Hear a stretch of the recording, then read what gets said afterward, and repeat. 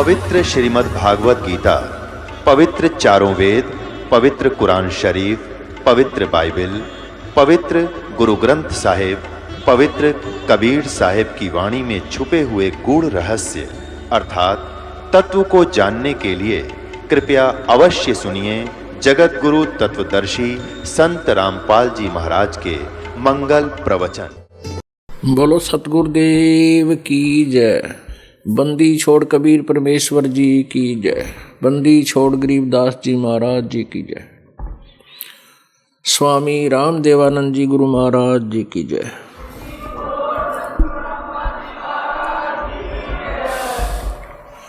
सर्व संतों की जय, सर्व भक्तों की जय, धर्मी पुरुषों की जय, श्री काशी धाम की जय, श्री छुडानी धाम की जय, श्री क्रोथा धाम की जय, श्री बरवाला धाम की जय। सत साही गरीब नमो नमो सतपुरुष को नमस्कार गुरु की नहीं। सुर नर मुनि जन साधुआं संतों सर्वदी नहीं। सतगुरु साहिब संत सब डंडो तुम प्रणाम। आगे पीछे बज हुए तिनको जा कुर्बान। निराकार निर्विषम काल जार भयभंजनम निर्लेपम निज निर्गुणम अकल अनुबेशुंधनम सोहम सुरति समाप्तम सकल समाना निर्तलय। उज्ज्वल हीरंबर हरदमम बेपरवाह था है वार पार नहीं मध्यतम। गरीब जो सुमरह सिद्ध होई गणनायक गलता ना करो अनुग्रह सोई पारस पद परवाना। आदि गणेश मनाऊं गणनायक देवन देवा चरण कमल लो लाऊं आदंत करूं सेवा। परम शक्ति संगीतम रिद्धिदाता सोई अवगत गुण अतीतम सत्पुरुष निर्मोही। जगदम्बा जगदीशम मंगल रूप मुरारी तन मन अर्पुं शीशम भक्ति मुक्ति भंडारी। सुर नर मुनि जन ध्यावे ब्रह्मा विष्णु महेशा शेष सहस मुगावे पूजे आदि गणेशा। इंद्र कुबेर सरीखा वरुण धर्मराज ध्यावे समर्थ जीवन जी का मन इच्छा फल पावे। 33 कोटि आधारा ध्यावे शेष 88 उतरे बहु जल पारा कट है यम की फांसी। 33 कोटि अधारा ध्यावे से 88 उतरे बहु जल पारा कट है यम की फांसी। कर जोरूं विनती करूं धरूं चरण पर शीश। गुरु जी राम देवानंद जी महाराज जी ने दियो नाम बख्शीश। कोटि कोटि सिजदा करूं कोटि कोटि प्रणाम। चरण कमल में राखियो मैं बांधी जाम गुलाम। कुत्ता हूँ गुरुदेव का रामपाल दास का नाम। गले प्रेम की जेवड़ी जहाँ खेचो वहाँ जाऊं मैं। तो करो तो बावड़ू दूर दूर करो तो जाऊं। जो राखो तो ही रहूं जो देवो सोख। जय इब कै सतगुरु मिले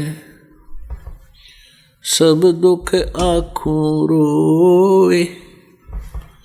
चरणों ऊपर शीस धरूं कहूँ जो करनी हो। कबीर साईं मिलेंगे पूछेंगे कुशलात। आदि अंत की सब कहूँ अपने दिल की बात। गुरु जी तुम ना भूलियो चाहे लाख लोग मिल जाही। हमसे तुमको बहुत है तुमसे हमको नहीं। कबीर तुम मेरे विसारे क्या बने मैं किसकी शरण में जाऊं। शिव ब्रंच मुनि नारदा तिनके हृदय न समाऊं। अवगुण किए तो बहुत किए करत न मानी हारे। बावे बंदा बख्श दियो भावे गर्दन उतारो। अवगुण मेरे बाप जी बख्शो गरीब नवाज। जो मैं पूत कपूत हूँ बहुर पिता को लाज। मैं अपराधी जन्म का नख सिख बरे विकार। तुम दाता दुख भंजना मेरी करो संभार। परमपिता परमात्मा पूर्ण ब्रह्म सारी सृष्टि के रचनहार कुल मालिक कबीर परमेश्वर जी की असीम कृपा से आप जी को ये सत्संग सुनने को मिल रहा है। सौभाग्य है उन पुण्यात्माओं का जिनको मानव शरीर प्राप्त है। उससे भी सौभाग्यशाली वो प्राणी हैं जिनको सत्संग प्राप्त होता है। माता पिता मिल जाएंगे 184 माँ सतगुरु सेवा और बंदगी बाई फेर मिलन की ना। मनुष्य जीवन के अतिरिक्त भी आप जी को माता पिता प्राप्त हो सकते हैं, परिवार प्राप्त हो सकता है। पशु बनेंगे तो पशु हमारे माता पिता होंगे, पक्षी बनेंगे तो पक्षी हमारे माता पिता मिल जाएंगे। ऐसी ही ममता ऐसा ही लगाव उनमें भी होगा। लेकिन मानव शरीर में फिर सतगुरु की सेवा, सतगुरु परमात्मा मिलना, सतगुरु का मिलना और परमात्मा की भक्ति, ये उन शरीरों में आपको प्राप्त नहीं होंगे अन्य योनियों में। तो इसलिए परमात्मा कहते हैं मानुष जन्म पाय के। मानुष जन्म पाय के नहीं रटे हरि नाम। जैसे कुआ जल में ना फिर बनवाया क्या काम। मानुष जन्म दुर्लभ है ये मिले न बारंबार। तरवर से पत्ता टूट गिरे वो बहुर न लागे डार। परमपिता परमात्मा कबीर परमेश्वर जी ये हम सभी प्राणियों के एकमात्र रक्षक हैं। ये हमारे पालक हैं, ये हमारे पिता हैं, ये हमारे जनक हैं। उसके अतिरिक्त जो भी हमारे यहाँ मुखिया बना रखे हैं, जैसे ब्रह्मा विष्णु महेश, ये इस एक ब्रह्मांड के एक विभागीय मंत्री हैं, मिनिस्टर हैं। रजोगुण विभाग के ब्रह्मा जी, सतोगुण विभाग के विष्णु जी और तमोगुण विभाग के शंकर जी। ये तीनों भगवान भी आदरणीय हैं। ये हमारे केवल किए हुए कर्मों का ही योग हमें प्रदान कर सकते हैं। यदि आप जी ने कोई पाप किए हैं तो पापों का दंड भी ये हमें भुगतवाएंगे। आप जी के पुण्य हैं तो आपके पुण्य भी ये पूरे आपको दिलवाएंगे। लेकिन हमारा मालिक, हमारा पिता, सबका स्वामी, कुल धनी एक ही है। वो कुल मालिक कबीर देव है, वो अल्लाह कबीर है। वो पूर्ण परमात्मा अमर पुरुष सतलोक में रहता है, अमर लोक में रहता है, शाश्वत स्थान पर रहता है। सनातन परमधाम में वो परमात्मा रहते हैं। वहाँ से सभी असंख्य ब्रह्मांडों का वो कंट्रोल करते हैं। प्रत्येक प्राणी को वही सब व्यवस्था करके यहाँ पर देते हैं। उन्हीं के आदेश से ये सभी यहाँ के स्वामी यहाँ के मालिक ब्रह्मा जी, विष्णु जी, शिव जी और ज्योति निरंजन ब्रह्म और दुर्गा जी, ये आप जी को वो व्यवस्था देते हैं जो परमात्मा के चरणों में किए हुए पुण्य आपको प्राप्त होते हैं, संचित आपके पास है, और जो पाप आप करते हो उनका भी भुगतान यहाँ के ये स्वामी भगवान प्रभु ही करते हैं। लेकिन हमारा मालिक सुख देने वाला, दुखों का विनाशक, पाप कर्मों से जो होने वाले कष्ट उनके निवारण करने वाला एक ही परमेश्वर है। एक ही वो परमेश्वर है जिसका नाम कबीर देव है। हम उसको कबीर देव कहने लगे, कबीर साहब कहने लगे। साहब कहो, देव कहो, राम कहो, खुदा कहो, अल्लाह कहो, गॉड कहो, ये उपमात्मक शब्द हैं। लेकिन वो सच्चा साहिब, अब उसको सत साहिब क्यों कहा गया? क्योंकि सत्य माने अविनाशी, साहिब माने प्रभु, अविनाशी परमात्मा। ये अन्य भी भगवान कहलाते हैं, श्री ब्रह्मा जी, श्री विष्णु जी, श्री शिव जी और श्री दुर्गा जी, और ये ज्योति निरंजन ब्रह्म जी, ये भी स्वामी हैं, ये भी साहब कहलाते हैं। लेकिन ये सच्चे साहिब नहीं हैं, ये वास्तविक प्रभु नहीं हैं।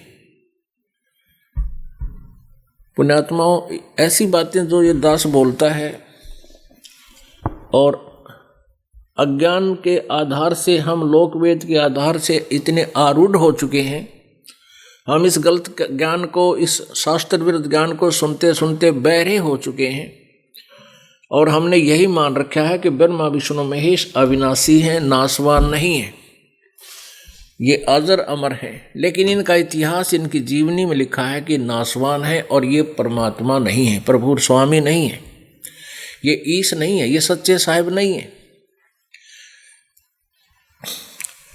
और इस बात को यदि बगैर प्रूफ के, बगैर प्रमाण के आप जी को बताया जाए तो आप जी फड़क जाओगे, बिदक जाओगे,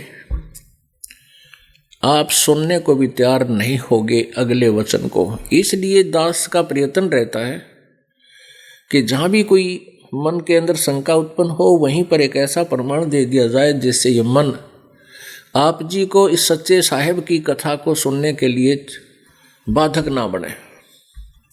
इसके लिए आपको एक थोड़ा सा प्रमाण देते हैं, और समझदार को संकेत ही बहुत होता है। देखिएगा, श्रीमद् देवी भागवत, ये कहाँ से प्रकाशित है?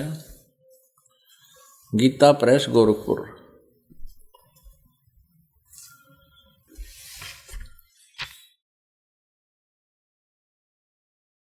संपादक हनुमान प्रसाद पोदार, चिमनलाल गोस्वामी।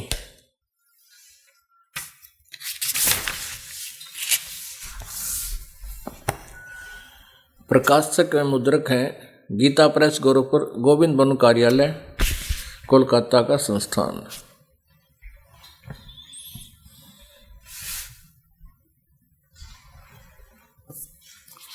इसके 123 पृष्ठ पर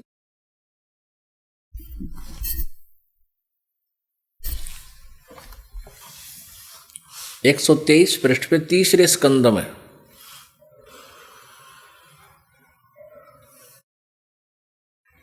तीसरा स्कंद।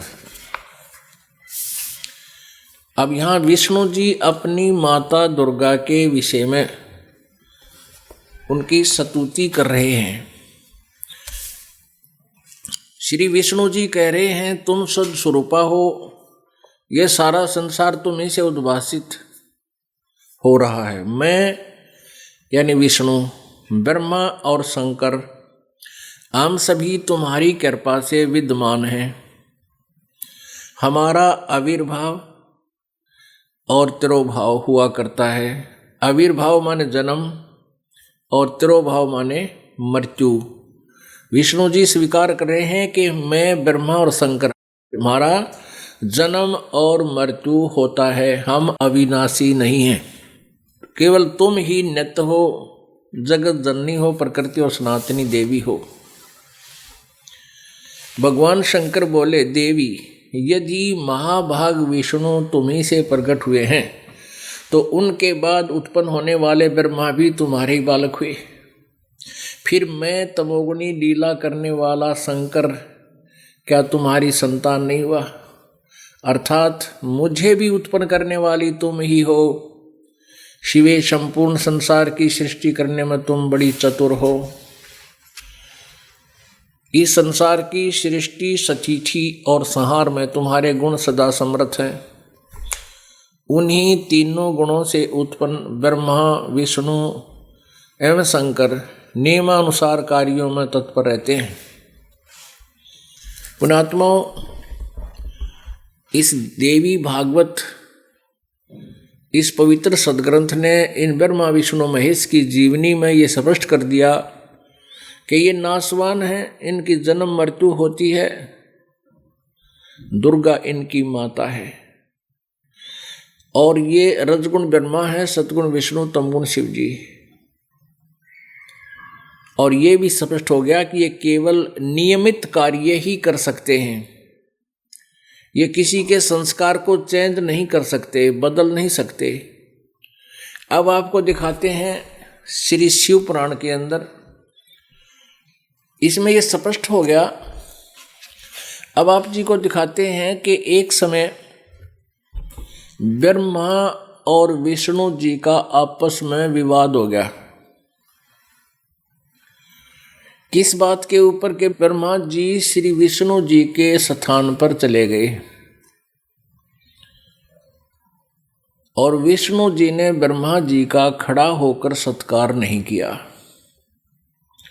ब्रह्मा जी कहने लगा कि ओ विष्णु, तू मेरा बेटा, मैं तेरा बाप, क्योंकि मैं सारी सृष्टि का रचन वाला हूँ, मैं प्रजापिता हूँ और तेरी उत्पत्ति मुझसे हुई है और तू आज मेरा सत्कार नहीं कर रहा अभिमान के कारण।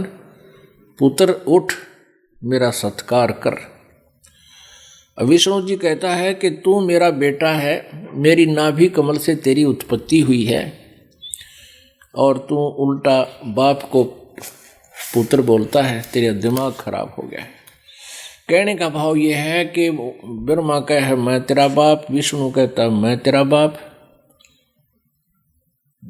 और आपस में इनके गुट्टम गुट्टा लट्ठम लट्ठा हथियार निकाल ली, सेना आ गई और युद्ध शुरू हो गया। ये लड़ाई तो तीसरी चौथी कक्षा के बालक करा करें। ये जिनको हम परमात्मा मान कर पूज रहे थे, ये तो चौथी पांचवी कक्षा के बालकां से भी कम बुद्धि के व्यक्ति हैं।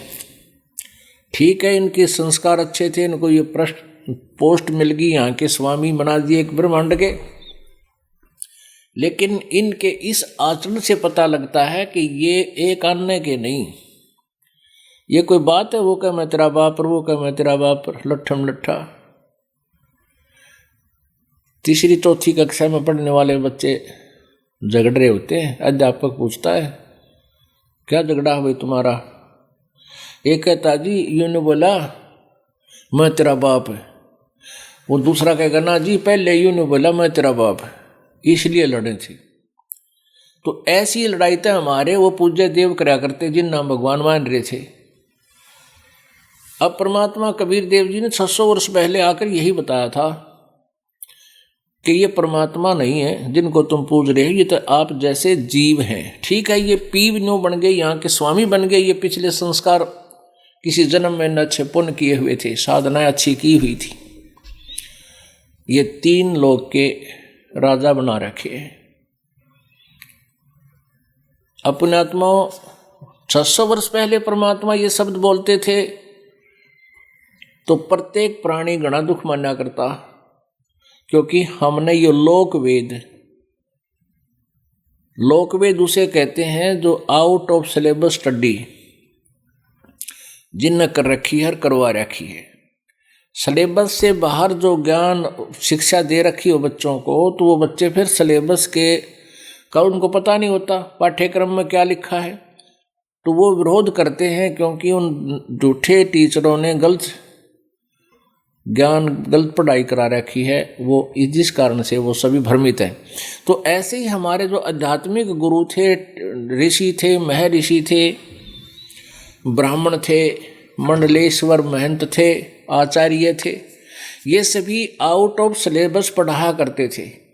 इनको सदग्रंथों का कोई ज्ञान नहीं था, जिस कारण से 600 वर्ष पहले परमात्मा यही बताया करते थे कि तुम कौन राम का जपते जापम और ताते कटे ना तुम्हारे तीनों तापम।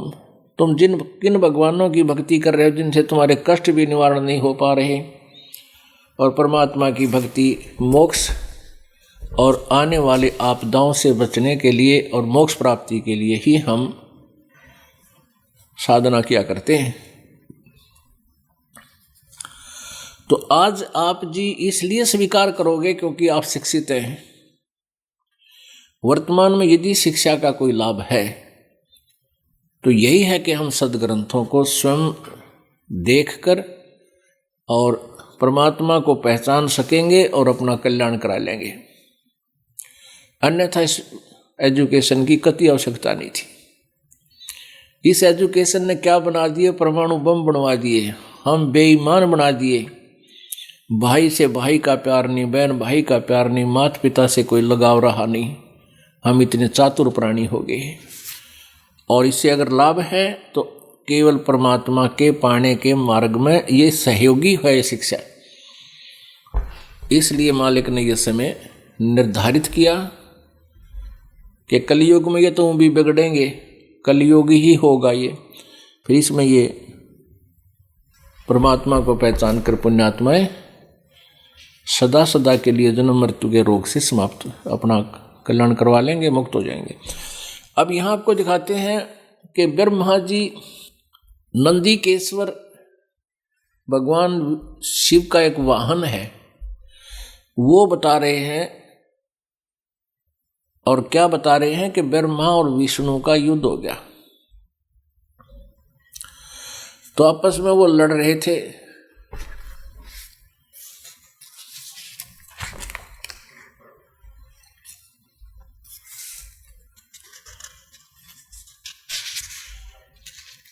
तो उस काल भगवान ने, जो ब्रह्मा विष्णु का पिता है, ब्रह्मा विष्णु शिव जी का जो पिता है, उसने उन दोनों के बीच में एक स्तंभ गाड़ दिया, एक खंभा गाड़ दिया जो बहुत तेजों में था। वो फिर युद्ध बंद करके उस खंभ की, उस स्तंभ की, उस पिलर के ऊपर नीचे जाकर उसका एंड देखने लगे। ये लंबी कहानी, हम अपना केवल उस उद्देश्य पर आते हैं कि ब्रह्मा विष्णु महेश ये परमात्मा नहीं है, ये ईश नहीं है। दास नहीं कह रहा, भगवान ने बताया था उसके आधार से बोल रहा है। और उधर से ये हमारे परम इनके इतिहास बता रहे हैं। ये देखिएगा श्री शिव महापुराण,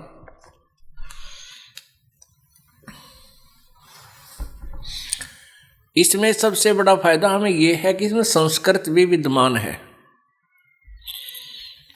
ये है श्री शिव महापुराण। इसके कौन है अनुवादक? श्री शिव महापुराण। इसके अनुवादक हैं विद्या अवरिधि, पंडित ज्वाला प्रसाद जी, मिस्रकृत, हिंदी टीका सहित। और कहाँ से प्रकाशित है? खेमराज श्री कृष्णदास प्रकाशन, बंबई। इतने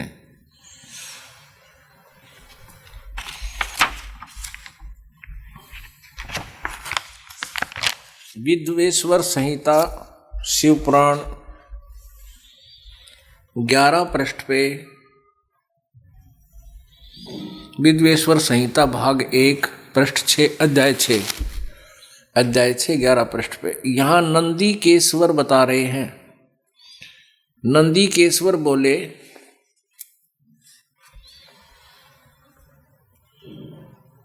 हे योगेंद्र, आगे एक समय विष्णु भगवान शेष शैया पर अपने गरुड़ आदि पार्षदों से संयुक्त लक्ष्मी सहित शयन करते थे, सो रहे थे, विश्राम कर रहे थे। उस समय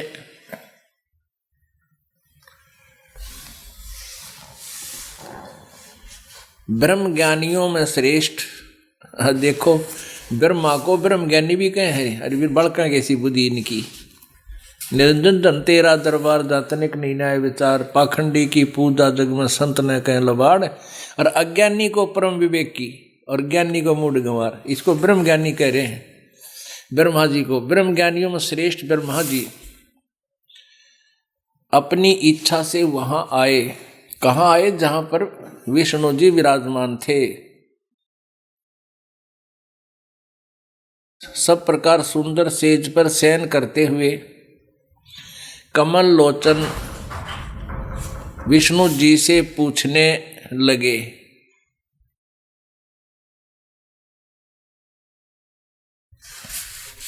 तुम कौन हो जो मुझे देखकर अभिमानी पुरुष के समान शयन करते हो? अब ब्रह्म ज्ञानी बताया, विष्णु तो कहे तुम कौन हो जो मुझे देखकर अभिमानी पुरुष के समान शयन करते हो, सोए पड़े हो। ब्रह्मा जी कहते हैं विष्णु को, हे वत्स, हे बेटा, उठो देखो मैं तुम्हारा स्वामी आया हूं। वत्स माने बेटा उठो, मैं तुम्हारा स्वामी आया हूं। गुरु को देखकर जो अभिमान करता है उस द्रोही मूढ़ का प्रायश्चित होना उचित है। यह सुनकर विष्णु के अंतर में तो क्रोध हुआ, अंदर तो बड़ा छो उठा, पर छो न रोक के ऊपर तय, परंतु बाहर से शांत रहे और बोले, हे वत्स, हे बेटा, तुम्हारा मंगल हो, बैठो इस आसन पर विराजो। उसने बेटा कहे, उसने इसमें ब्रह्मा जी, विष्णु जी कह रहे ब्रह्मा को, इसमें तुम्हारा नेत्र कुटिल और मुख वक्र क्यों हो रहा है? क्रोध में आंख टेढ़ी और मुंह बांका, यूं क्यों कर रहा है तुम?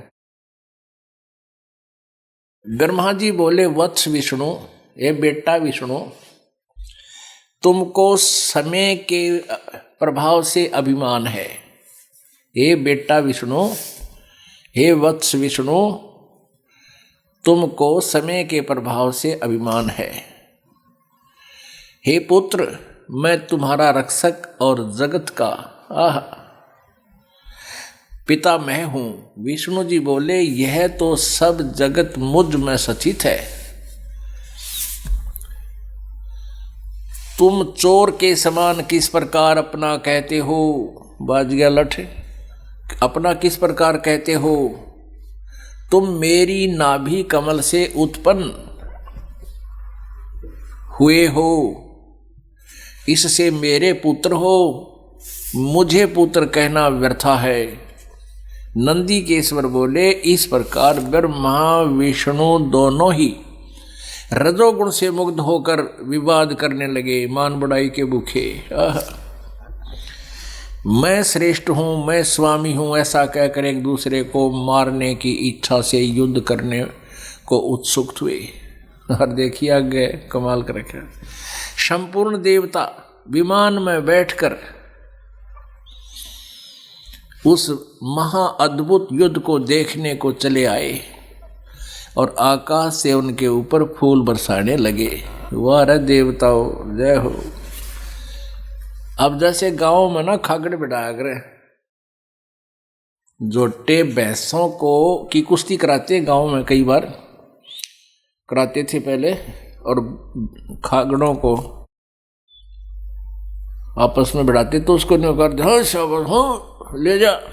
वो उसको मतलब कैसी शाबाशी की लहर की आवाज लगाते थे, उन्हें बढ़ा करते थे, आपस में लड़ते हुए को देखा करते थे। देवता आसमान में आके युद्ध देखें उन दोनों का, और ऊपर तो फूल बरसावन हो गया, शाबाश मरो कटके। देवताओं का फर्ज था बीच में आखड़े होते, एक हे प्रभुओ आप ऐसा कार्य करोगे तो जनता आपका ही आचरण करेगी, आप ये क्या करने जा रहे। उन्हें समझाना चाहिए था, जब देवता थे तो परमात्मा कहते हैं निरंजन धन तेरा दरबार ना तनिक न्याय विचार है। किसी की बुद्धि भी इतनी काम नहीं करती कि ऐसे जुल्म हो रहा है उसको आगे छुड़वा दें। फिर क्या होता है कि इनके बीच में एक सतम डाल दिया, किसने, इस काल ने डाल दिया। इन दोनों के बीच में जब ये युद्ध कर रहे थे, एक स्तंभ, एक पिलर खड़ा कर दिया काल ने। काल कौन है? ब्रह्मा विष्णु महेश का पिता है। ये सामने नहीं आता है ओरिजिनल रूप में, किसी को ब्रह्मा के रूप में दर्शन देता है, किसी को विष्णु जी के रूप में दर्शन देता है, किसी को शिव जी के रूप में दर्शन देता है। तो वहां पर ये काल ने एक स्तंभ डाला बीच में, तो स्तंभ की खोज के लिए ऊपर नीचे चले गए कि इसका एंड देखेंगे, इसका अंत देखेंगे। नहीं पाया तो वापस आए।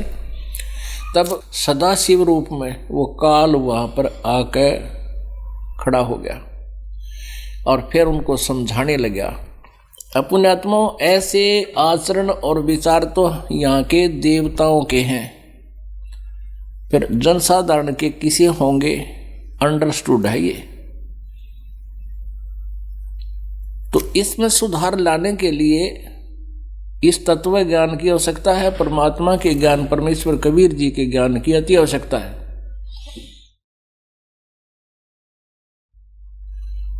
जिससे लोग बिदकते हैं कि ये झूठ बोलता है, कबीर जी ऐसे भगवान नहीं है, कबीर भगवानों के भगवान कुल मालिक हैं। और कुछ दिन में मान जाएगी सारी बुद्धिमान जनता सच्चाई से परिचित होकर के। अब हम जो बताना आपको चाह रहे थे वो ये था, ये देखिएगा शिव पुराण पृष्ठ 17 पे और विद्वेष संहिता भाग 1 अध्याय 9।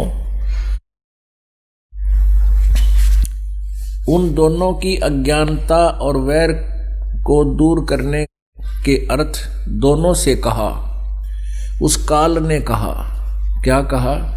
ब्रह्म ने कहा, मेरे सकल और निष्कल भेद से दो रूप हैं, दो रूप हैं, परंतु और ईश्वर नहीं। इस कारण से उनके दो रूप नहीं हो सकते। पहला सतम रूप और पीछे मूर्तिमान रूप धारण किया है। यानी पहले सतम भी मैं था, नो का यु काल, और फिर मैं आकार में आ गया हूं। इसमें ब्रह्म रूप निष्कल है, निष्फल नहीं, निष्कल है, निसकल, जिसका आकार नहीं। ईश रूप सगुण है।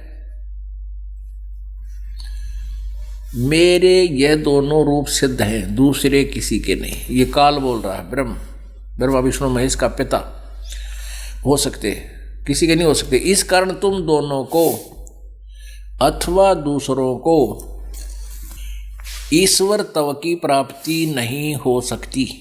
तुमने जो अज्ञानता से अपने को ईश माना, ब्रह्मा और विष्णु को कह रहे हैं। कौन? काल बोल रहा है, ब्रह्म इनका पिता बोल रहा है, किस ब्रह्मांड का भगवान बोल रहा है, स्वामी। तुमने जो अज्ञान से अपने को ईश यानी मालिक मान लिया, भगवान मान लिया, यह बड़ा अद्भुत हुआ। ओह, ये तो बहुत गलत हो गया, ये तो बहुत अद्भुत आश्चर्यजनक हो गया। इसके दूर करने को ही मैं रण स्थान में आया। अब तुम अपना अभिमान त्याग कर मुझ ईश्वर में अपनी बुद्धि लगाओ। मेरे प्रसाद से लोक में सब अर्थ प्रकाश करते हैं। मैं परब्रह्म हूं और मेरी कल अकल रूप में ब्रह्म होने से मैं ईश्वर हूं, और मेरा ही कल अकल रूप है ब्रह्म होने से मैं ईश्वर हूं। अनुग्रह आदि मेरा कर्तव्य है। सर्वव्यापी होने से और जगत के वर्धक होने से मैं ब्रह्मा हूँ। और हे केशव हे ब्रह्म केशव, समतव और व्यापक होने से मैं आत्मा हूँ। मैं इस सब का ईश हूँ, यह मेरा है, मेरे सिवा किसी दूसरे का नहीं है। प्रथम तो ब्रह्म तत्व ज्ञान के निमित्त निसकल ब्रह्म का प्रादुर्भाव हुआ है। निसकल ब्रह्म का, और नीचे उसने सतम खड़ा किया था। इससे ये पृष्ठ 18, इससे मैं अज्ञात रूप हूँ, पीछे तुम्हें प्रगट दर्शन देने के निमित्त साक्षात ईश्वर, तत्क्षण ही मैं सगुण रूप हुआ हूँ। यहाँ आ गया इति श्री शिव महापुराण पुराणे विद्वेश्वर संहिता भाषा टीकायम 9वां अध्याय। ये 9वां अध्याय हम पढ़ रहे थे, यहाँ समाप्त हो गया।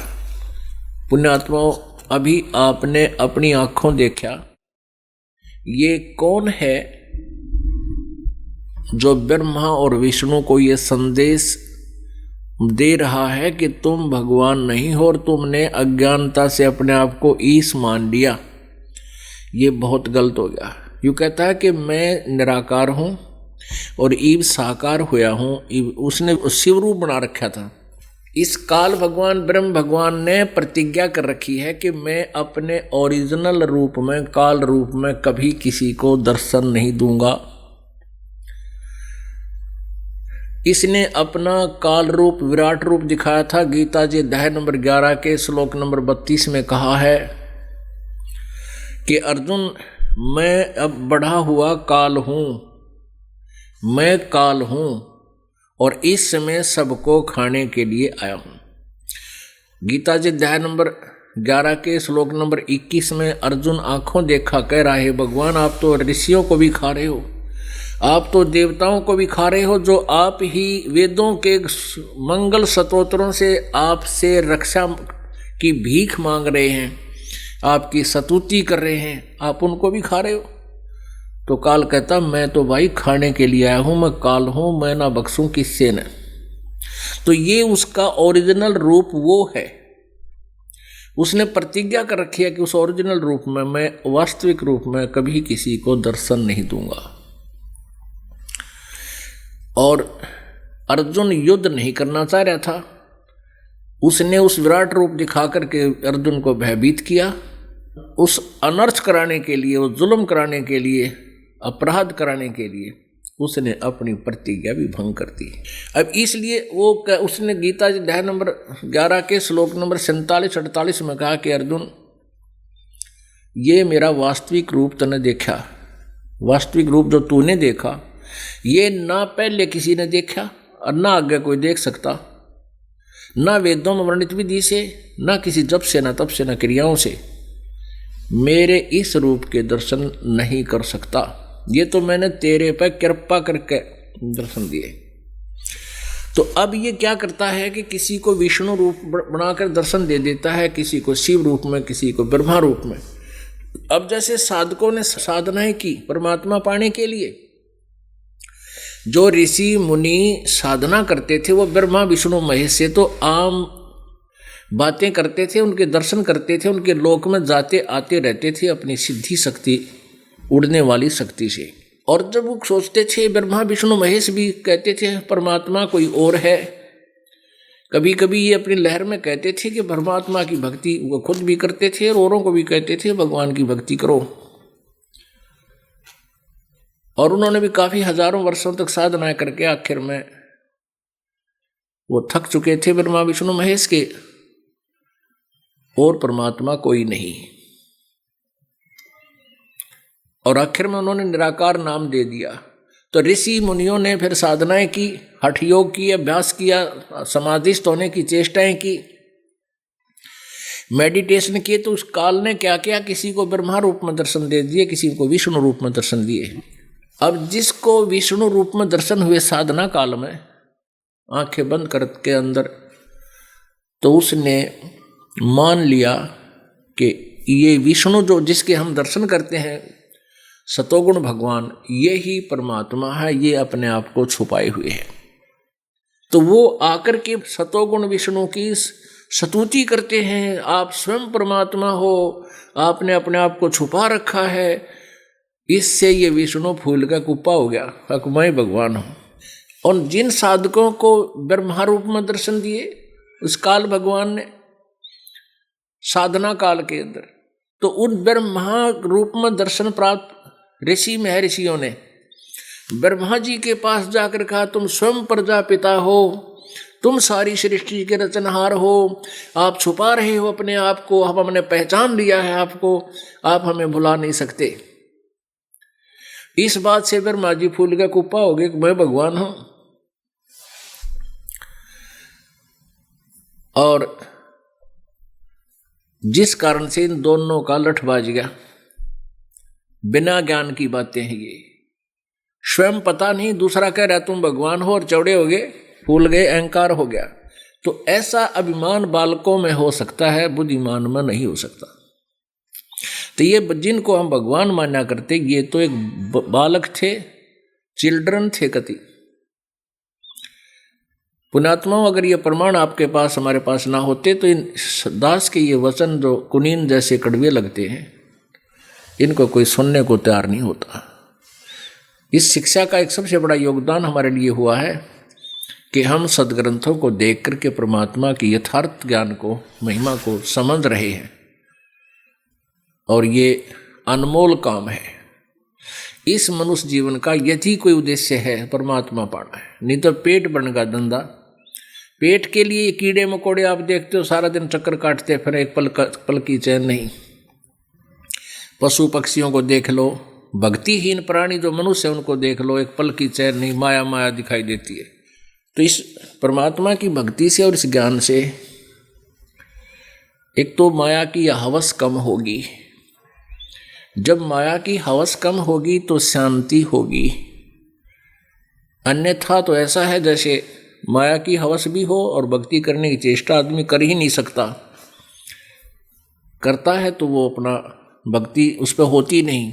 तो परमात्मा के ज्ञान से और इस भक्ति से अंतःकरण में शांति पैदा होगी और ये माया की जो दौड़ हम एक दूसरे की स्पर्धा कर रहे हैं ये कम हो जाएगी। तो अब ये जो ज्ञान है, ब्रह्मा और विष्णु जी, इसी प्रकार शंकर जी के रूप में जिन साधकों को दर्शन दे दिए, तो वो साधक कहने लगे कि ये शंकर भगवान शिव जी ही सर्वेश्वर हैं, महेश्वर हैं, महादेव हैं, सब देवों के देव हैं और यही सबके मालिक हैं। हमने समाधि दशा में दर्शन हुए हैं। इस बात से शिव जी भी अपने आप को भगवान मानने लगे। अब ये काल क्या कहता है कि तुम्हारा ये भ्रम निवारण करने के लिए मैं आया हूं। तुम ईश नहीं हो, तुम मालिक नहीं हो, अभी आपने पढ़ लिया। आगे क्या बताता है, ये जो शिवपुराण बोल रहा है, शिवपुराण में जो ये वाणी बोल रहा है वो कौन है ये देखिएगा। ये वही शिवपुराण पृष्ठ 18, यहां तक तो हम पढ़ चुके हैं। अब हम आगे देखते हैं पृष्ठ 18 पे, विद्वेश्वर संहिता अध्याय 10। 9 हमने यह पढ़ लिया, 9 तो यह समाप्त हो गया। अब 10वें में क्या कहा है इस काल ने, इस ब्रह्म ने क्या कहा। इस ब्रह्म ने, काल कहो ब्रह्म को, हे पुत्रो, ब्रह्मा और विष्णु को कह रहा है, हे पुत्रो, यानी इनका पिता है ये काल, यहां शिव रूप में खड़ा है, शिव रूप में। यह कृत, हे पुत्रो, यह कृत आपने तप से प्राप्त किया है। कौन सा? विष्णु जी को जो सतीथि का विभाग है और ब्रह्मा जी को सृष्टि उत्पत्ति का विभाग है, कहते ये कृत आपने तप से प्राप्त किया है। हे पुत्रो, यह कृत आपने तप से प्राप्त किया है जो कि सृष्टि की उत्पत्ति और पालन कहाता है। सो मैंने प्रसन्न होकर तुम्हें दिया है। इसी प्रकार से दूसरे दो कृत्य, यहाँ देखना, दूसरे दो कृत्य रुद्र और महेश को प्रदान किए हैं। इससे सिद्ध है कि ब्रह्मा विष्णु रुद्र और महेश से भिन्न है जो शिव प्राण का ये ज्ञान बोल रहा है। बस हमने इतना ही काफी था। अब ये गीता का ज्ञान भी इसी ने दिया है, ब्रह्मा विष्णु महेश के पिता ने। यहां देखिएगा,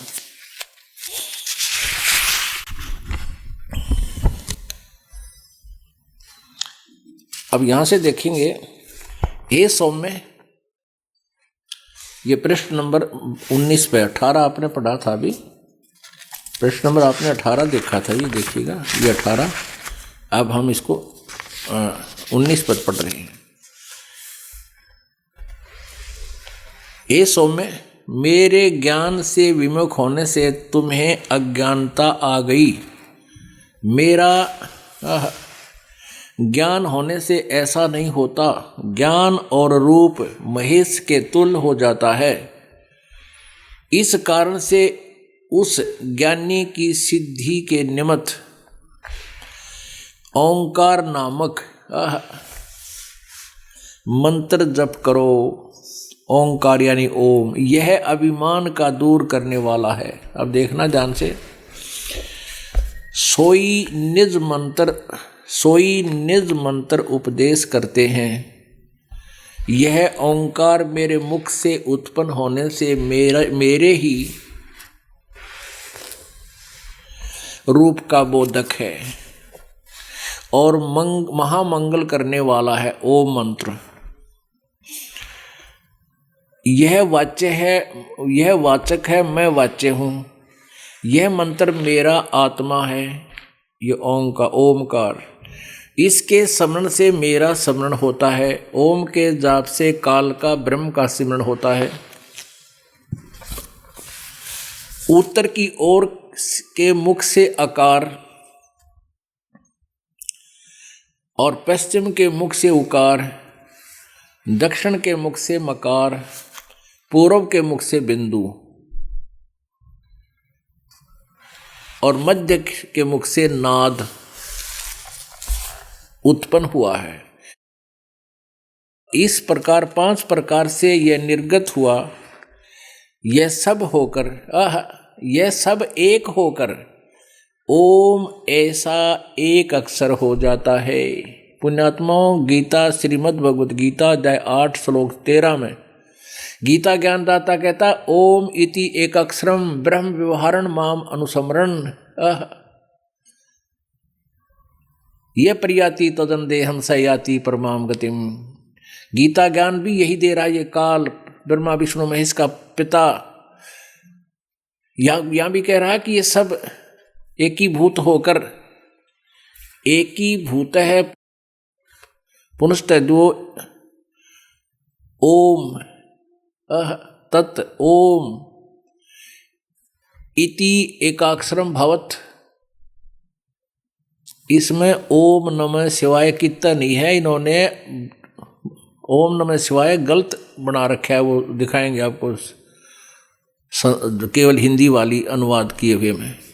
ये संस्कृत है, एक ही भूत है। पुनस्तत् ओम इति एकाक्षरो भवत। इसमें कितने भी और ओम नमः शिवाय नहीं पाओगे, आपने देख लो, कितने भी ओम नमः शिवाय नहीं है। ये सारा कुछ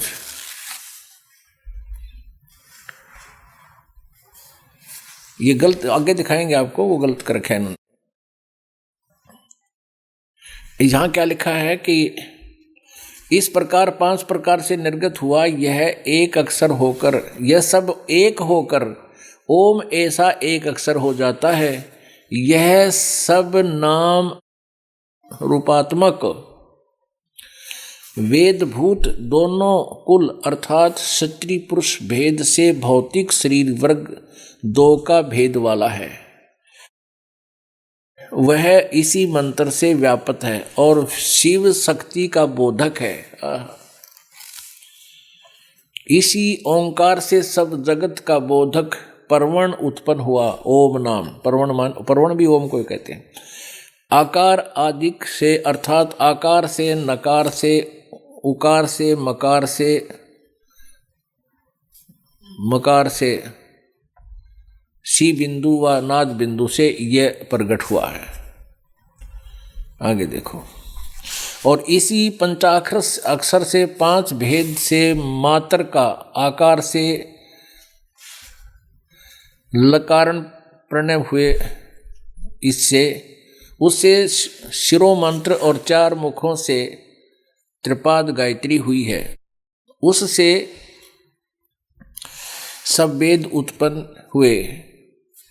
उससे करोड़ मंत्र उत्पन्न हुए इस ओम तय। और उस मंत्र से उसके कथानुसार सिद्धि होती है। इससे सिद्धि होती है, परंतु पंचाक्षर मंत्र से सब सिद्धि होती हैं। अब यहाँ क्या बताया, गायत्री मंत्र से तो केवल कथानुसार सिद्धि होती है, कथनानुसार, परंतु पंचाक्षर मंत्र ये ओम से सब सिद्धि होती है। इस श्रेष्ठ मूल मंत्र से सब सिद्ध भोग और मोक्ष की सिद्धि होती है। कला सहित सब राज मंत्र साक्षात भोग देने वाले हैं। मोक्ष के नहीं है ये मंत्र। नंदीकेश्वर बोले, तब उन दोनों के गुरु शिव जी ने उन दोनों के सिर पर वस्त्र रखकर अपना कर कमल धारण कर पार्वती सहित उत्तर की ओर को मुख कल्पना कर उन दोनों को मंत्र दिया। ये उनको मंत्र दिए, नाम दिया। यंत्र तंत्र और युक्तिपूर्वक 3 बार उस मंत्र को उच्चारण कराकर मंत्र प्रदान किया। तब उन दोनों ने दक्षिण में उनको अपनी आत्मा निवेदन कर दी। अब कहने का भाव ये है पुण्यात्माओं, इस प्रकरण से एक तो ये सिद्ध हो गया कि ब्रह्मा विष्णु और शिव जी ये कंप्लीट गॉड नहीं है। और ये काल कौन है, ये ब्रह्मा विष्णु महेश से अलग है, इनसे भिन्न है, इनका पिता है, इनका जनक है। स्थूल शरीर इन्हीं से इनको प्राप्त हुआ। दुर्गा इनकी माता है, जो इस शिवजी रूप में प्रगट काल के साथ पार्वती रूप में कौन थी जो चले गई, वह खड़ी थी, फिर ये चले गए दोनों। ये दुर्गा है, ये पार्वती रूप बनाकर और ये शिव रूप बनाकर विचरते हैं। कभी यही शिव ब्रह्मा रूप बना लेता है काल, और दुर्गा सावित्री रूप में इसकी पत्नी इसके साथ होती है। और कभी ये विष्णु रूप धारण कर लेता है और दुर्गा लक्ष्मी रूप धारण करके इसके साथ विचरती है। तो ऐसे ये सबको गुमराह किए हुए है, सच्चाई से दूर रखता है, अपनी वास्तविकता भी नहीं इनको बताता है।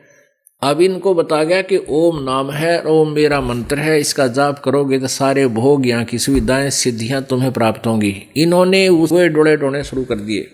अब थोड़ा सा गड़बड़ दिखाता हूं कि कलियुगी अनुवादकर्ताओं ने कैसे गड़बड़ की। शिव पुराण, अब देखिएगा, श्री शिव पुराण जो केवल हिंदी है, ये तो आप जी को दिखाई, इसमें तो संस्कृत साथ है। संस्कृत ने हमारे को क्लियर कर दिया कि इसमें ओम नमः शिवाय कोई मंत्र नहीं है, केवल ओम मंत्र ही पूजा के लिए प्रावधान किया है।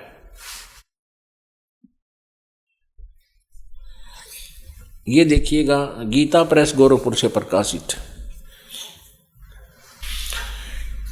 ये देखिएगा शिवपुराण, गीता प्रेस गोरखपुर से प्रकाशित है। इसके कौन है संपादक? संपादक हनुमान प्रसाद पोदार ओनली।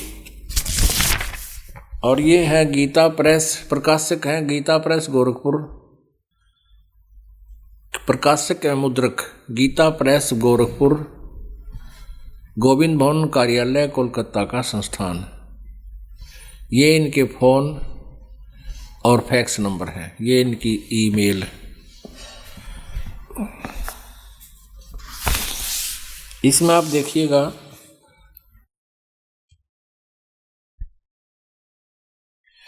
24-25 पृष्ठ पे वही प्रकरण है।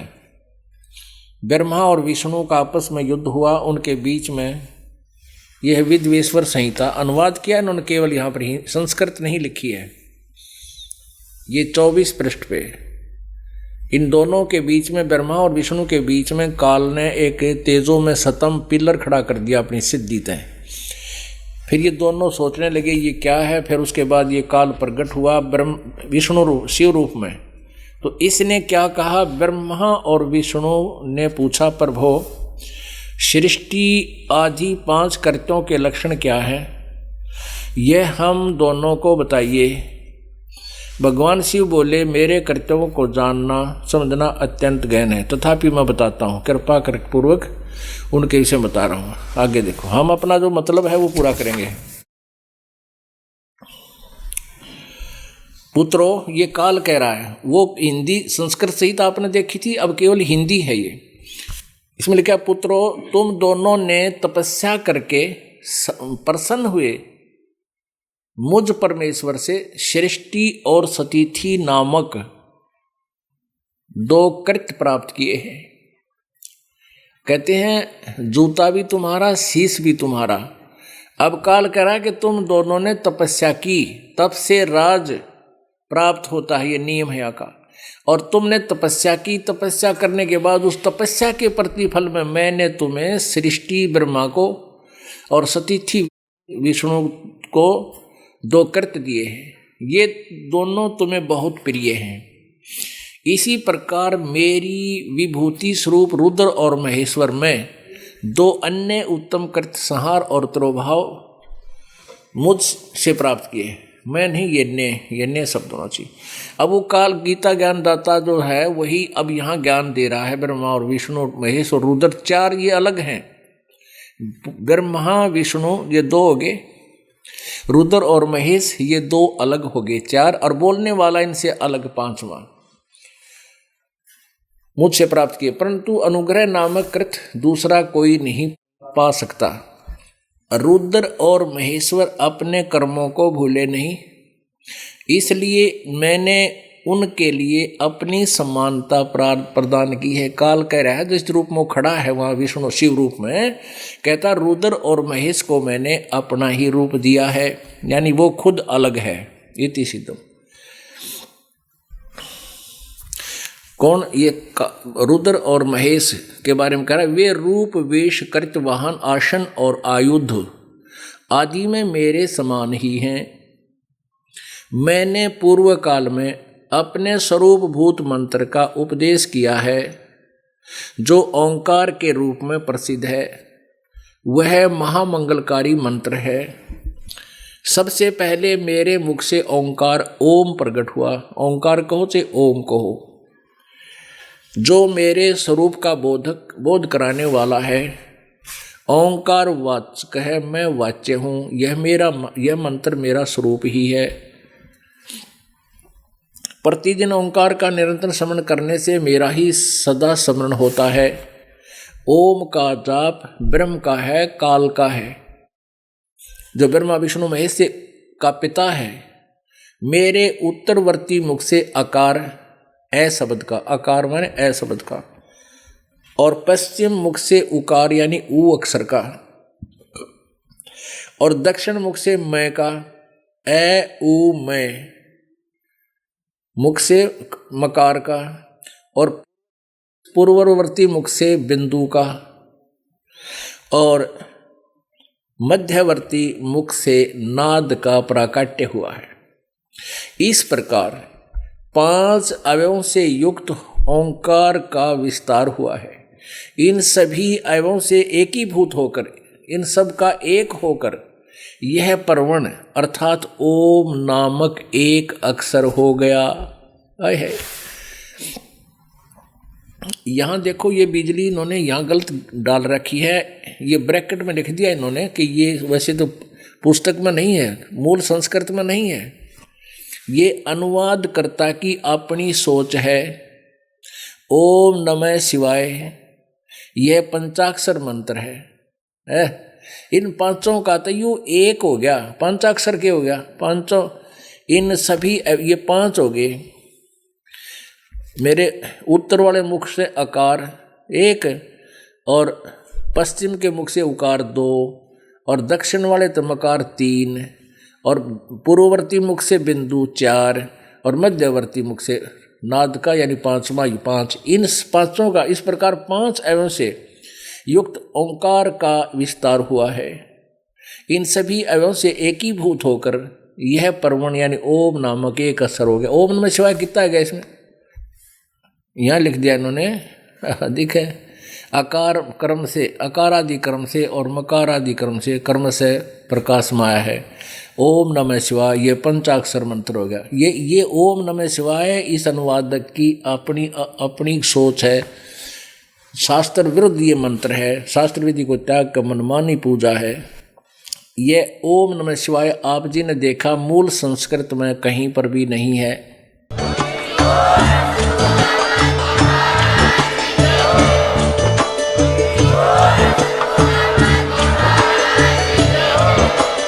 आप सुन रहे थे जगत गुरु तत्वदर्शी संत रामपाल जी महाराज जी के मंगल प्रवचन। अधिक जानकारी के लिए विजिट कीजिए हमारी वेबसाइट www.jagatgururampalji.org। संत रामपाल जी महाराज जी के शुभ आशीर्वाद से पूरे विश्व भर में 500 से भी ज्यादा नाम दीक्षा केंद्र हैं, जिन पर संत रामपाल जी महाराज जी द्वारा ऑनलाइन निःशुल्क नाम दीक्षा दी जा रही है। अपने नजदीकी नाम दीक्षा केंद्र का पता करने के लिए संपर्क करें 8222880541।